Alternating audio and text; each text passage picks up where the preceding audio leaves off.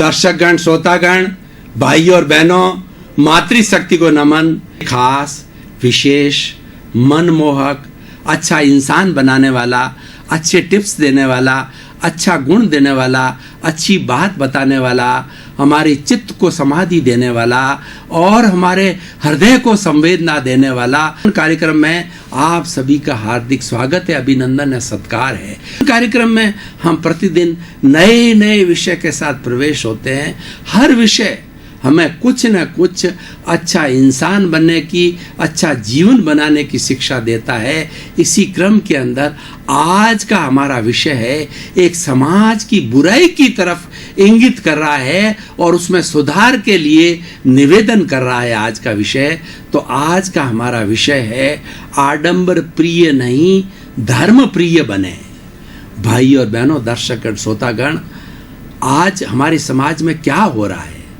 आज हमारे समाज में व्यक्ति इगोस्टिक होता जा रहा है, व्यक्ति सेल्फ सेंटर्ड होता जा रहा है, व्यक्ति में इतना अहंकार आ गया है कि वह अपने आप को खुदा समझता है और उसके साथ साथ के अंदर इतना स्वार्थी हो गया है कि अगर पुलिस, कोर्ट ये ऐसे हमारे साधन न हो सकता है वो तानाशाह बन जाए।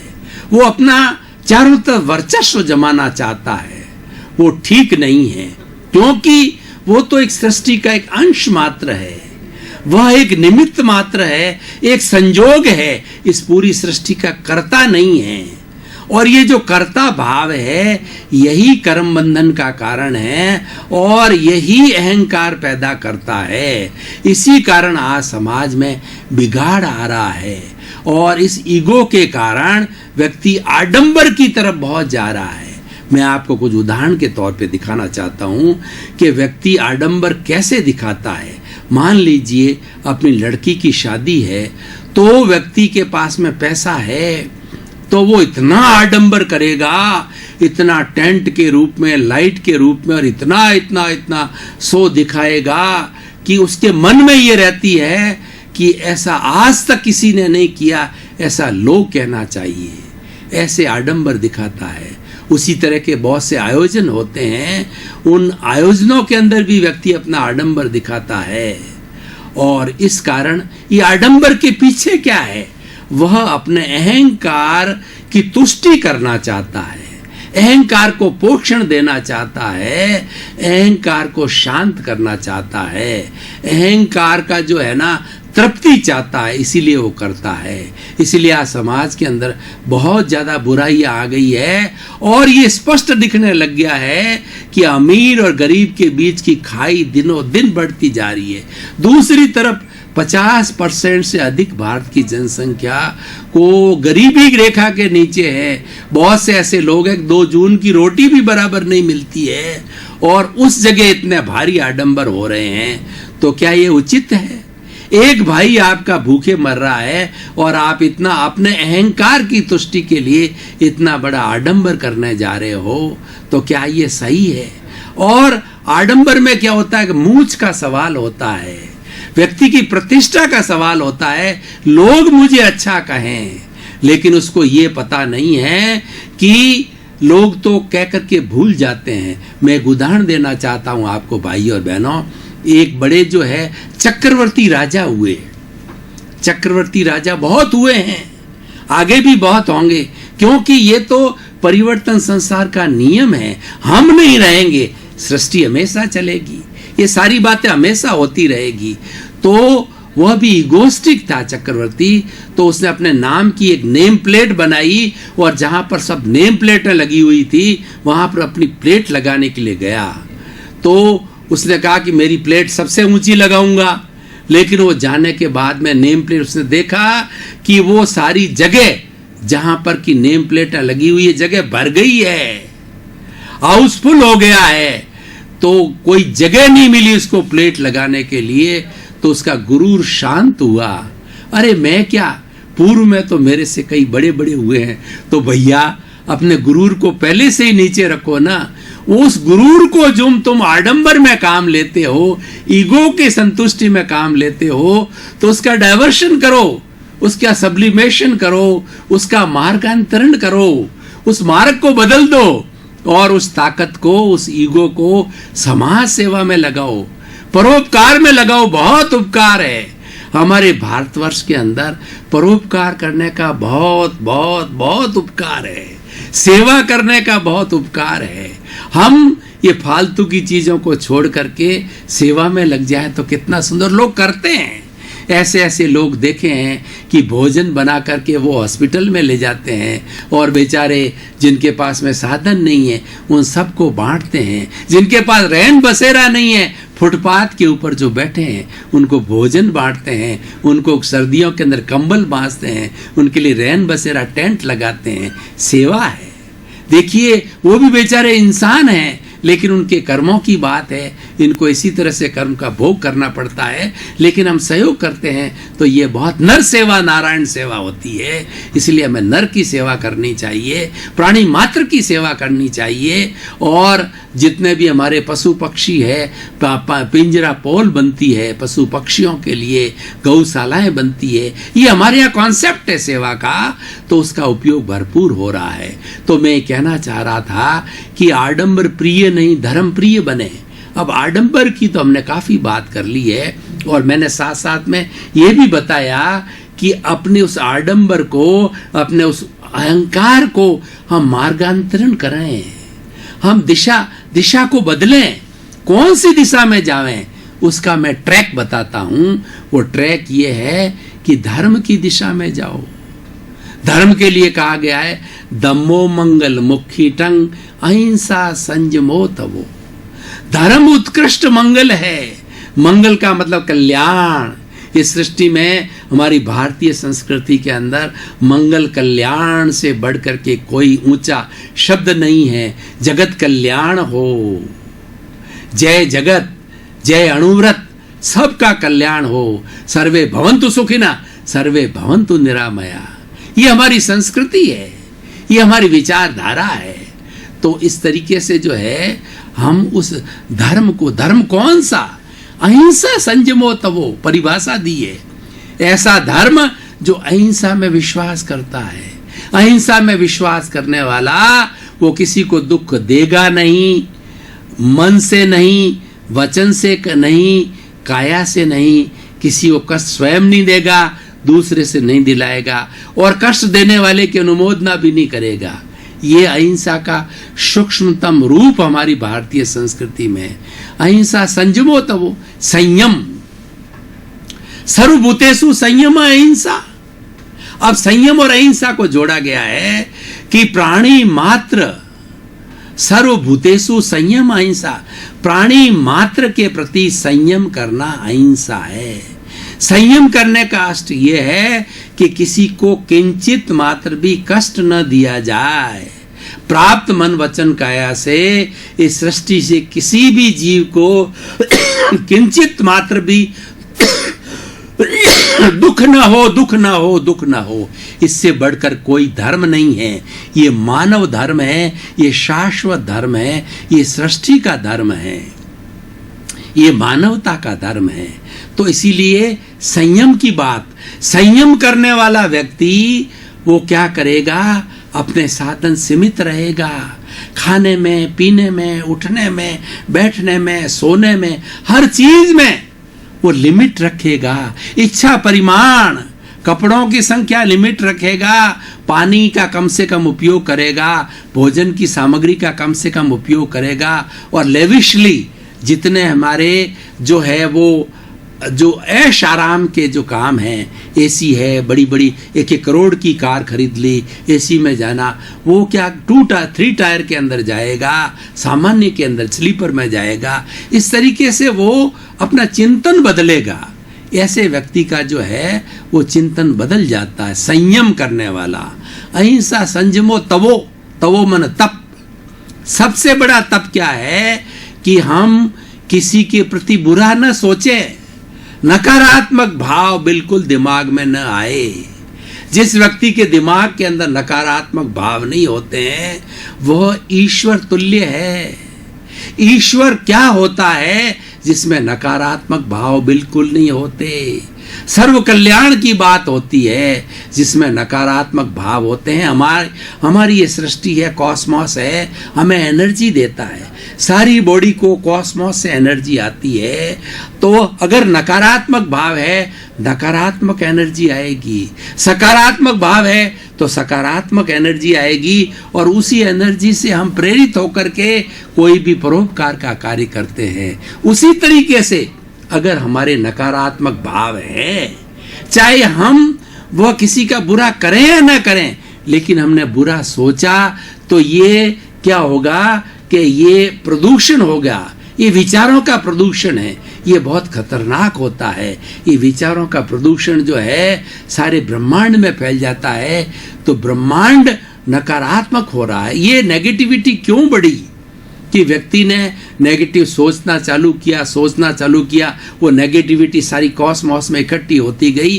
तो ये पुद्गलों का प्रभाव होता है कि हम किसी मंदिर में जाते हैं, वहाँ पे अच्छे परमाणु होते हैं, तो हम सहज ही ईश्वर भक्ति में लग जाते हैं। चित्त शांत होता है, चित्त को जो हमें सुकून मिलता है, और इच्छा होती है कि यहाँ बैठ के ध्यान करें, प्रभु की भक्ति करें, क्योंकि वहाँ के परमाणु शुद्ध है।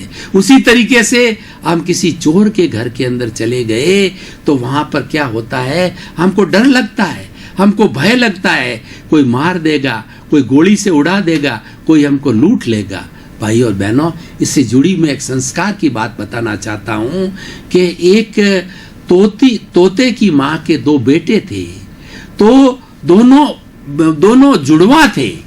दोनों का जन्म हुआ, जन्म होती वो बिछुड़ गए दोनों तोते। तो एक तोता है सन्यासी के पास में चला गया, और दूसरा तोता एक चोर लुटेरे के पास में चले गए। तोतों के लिए हमारे ये बड़ी कहावत है, तोतों को रटाया जाता है। तोतों को जो चीज हम समझाते हैं वैसा का वैसा वो बोलते हैं। तो मिट्टू वैसा का वैसा बोलता है। जो सन्यासी के पास में तोता है, उसको सिखाया गया राम राम, स्वागतम स्वागतम, कल्याण कल्याण, वेलकम वेलकम, आइए आइए बिराजिए। और दूसरा जो तोता, जो डाकू के पास तोता है, उसको सिखाया गया मारो, काटो, लूटो, पकड़ लो, गोली मार दो। इस तरीके से जैसे डाकू की प्रवृत्ति सिखाई गई है। तो भाई और बहनों, ये सारा संसार के अंदर हम जैसे जैसे जगह में, एनवायरनमेंट में रहते हैं, वहाँ के परमाणु कैसे हैं, वैसी व्यक्ति क्यों नेगेटिव भरे नेगेटिविटी होती है। आज से 10, 20, 25, 50 साल चले जाओ, पीछे जाओ, आप देखोगे पर्यावरण शुद्धता, क्योंकि सभी लोग ईमानदार थे, सबकी आवश्यकताएं कम थी, दूसरे को तकलीफ देना पाप समझते थे, दूसरे का हड़पना पाप समझते थे, और इस शरीर से पूरी मेहनत करते थे, अपने हक का खाना चाहते थे। ऐसी विचारधारा पूरे हमारे वातावरण में, गांव के वातावरण में फैली होती थी, और वो विचार हमको मिलते थे, वो संस्कार हमको मिलते थे, और उसकी जगह आज सारी नेगेटिविटी बढ़ गई है। वो नेगेटिविटी हमारे दिमाग में आती है, इस कारण से हमारा हो रहा है। तो हम कह रहे थे कि धर्म प्रिय बनो। धर्म नेगेटिविटी समाप्त करता है, धर्म में कोई दोष नहीं है। धर्म पुण्य, धर्म है वो पुण्य है, और अधर्म है वो पाप है। पुण्य जो होता है वो हमें अच्छी सुख देता है, सुविधा देता है, अच्छा इंसान बनाता है, और हमारा परिवार अच्छा होता है, एक दूसरे के साथ वेल बिहेव्ड होते हैं, वेल कल्चर्ड होते हैं। वहाँ पे ऐसे घर के अंदर व्यक्ति चला जाता है, उसको मन करता है कि थोड़ी देर बैठूं, इन सदस्यों से बातचीत करूं, कि सब में प्रेम है, प्रेम की गंगा बहती उस घर के अंदर। ये धर्म का वातावरण है। हमारी भारतीय संस्कृति में कहा गया है कि धर्म की जड़ हरी होती है। हमारे बाप दादे धर्म किया करते थे, उसका असर या उसका प्रभाव आने वाली जनरेशन्स को मिलता था कि उनके बाप दादों ने किस तरीके से, उसी से खानदान बनता था। जब बेटी की सगाई की जाती थी, बेटे की सगाई की खानदान पहले पूछा जाता था, ये बच्चा कौन से खानदान का है। उससे परीक्षा हो जाती थी कि फला के खानदान का है तो ये अच्छे खानदान का व्यक्ति है, अच्छे विचार होंगे, इसमें अच्छे सद्गुण होंगे, ये सदाचारी होगा, सारी बातें ऑटोमेटिकली मालूम हो जाती है। तो इसलिए भाई और बहनों, दर्शकगण, श्रोतागण, धर्म प्रिय बनो। हमने दिशा का परिवर्तन किया, उस बुराई से हम अच्छाई की ओर आ गए। अब आप देखिए उससे कितना बड़ा फायदा होगा।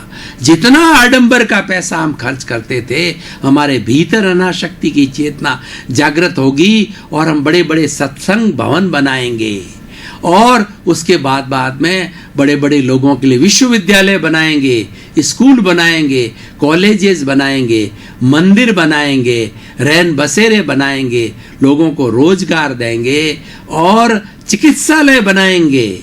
बहुत से आज देखिए कि सरकार हमेशा जनता के साथ में, जो हमारे यहाँ पर जो है ट्रस्टीशिप है, ये जो हमारा सहकारिता का सिद्धांत है, वह भागीदारी चाहती है हमारी सरकार। ये महात्मा गांधी ने ट्रस्टीशिप का फॉर्मूला दिया कि ये सारा धन जो है वो सब जनता का है, सरकार जनता की है, जनता के द्वारा, जनता से है। जो कुछ भी हमारे हिंदुस्तान में धन संपत्ति है उसकी मालिक यहाँ की जनता, हर बच्चा 125 करोड़ उसके मालिक हैं, सब उसके मालिक हैं। तो उसके अंदर हम क्या करते हैं कि ऐसी धर्म की प्रवृत्ति रखने वाला व्यक्ति जो है अपने पैसे को लुटा देता है चैरिटी में। मैं आपको कुछ उदाहरण देना चाहूँगा कि बिल गेट्स की मैंने अभी एक जीवनी पढ़ी थी। विश्व के सबसे अच्छे, सबसे बड़े धनाढ्य व्यक्ति, लेकिन वो धर्मप्रिय है, उनको सदाचार अच्छा लगता है। उनके पास में बंगला, वही 50 साल पुराना बंगला, 50 पुरानी गाड़ी, 50 साल पुराना फर्नीचर।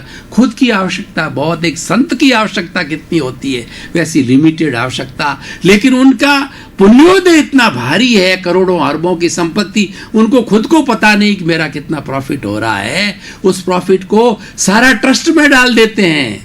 उस ट्रस्ट के अंदर बड़े बड़े हॉस्पिटल, आज जो हमारे हिंदुस्तान के अंदर, जैसे कि उदाहरण के कोकिला बहन हॉस्पिटल जो बॉम्बे के अंदर है, उदाहरण दिया है। बिड़ला जी ने कितने मंदिर बनाए, बिड़ला मंदिर, सरस्वती के सैकड़ों मंदिर होगा।